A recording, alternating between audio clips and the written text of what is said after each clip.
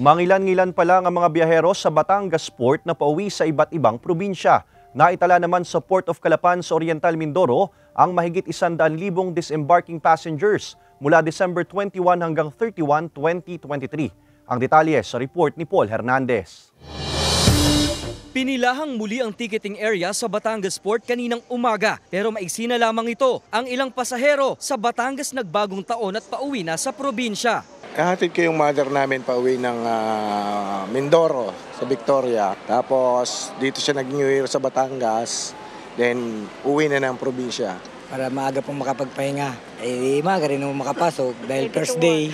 Naka-heightened alert pa rin ang pier para matiyak ang kaligtasan ng mga biyahero. Ang Port of Calapan sa Oriental Mindoro nakapagtala ng mahigit 101,000 disembarking passengers o pasaherong galing Batangas patungong Calapan mula December 21 hanggang 31, 2023. So hindi ganun nabubuhos na buong-buo ng January 2. Maaaring mamaya siguro humigit kumulang sa 10,000 at may luluwas na. Sa bus terminal sa compound ng pier, may sasalo ng bus para sa inaasahang magsisibalikang pasahero. Mula sa Roro, diretso ang mga pasahero sa bus terminal. Sa taya ng mga dispatcher, papalo na mahigit 1 hanggang 2,000 ang mga pasahero ngayong unang araw ng 2024 ang maisasakay nila. Nakahanda kami, marami kaming available na unit para sa pasaherong paluwas. 24 oras na nakaantabay sa terminal ang mga bus pa Metro Manila. Kasama si Kel Ravaca, Paul Hernandez, Balitang Southern Tagalog.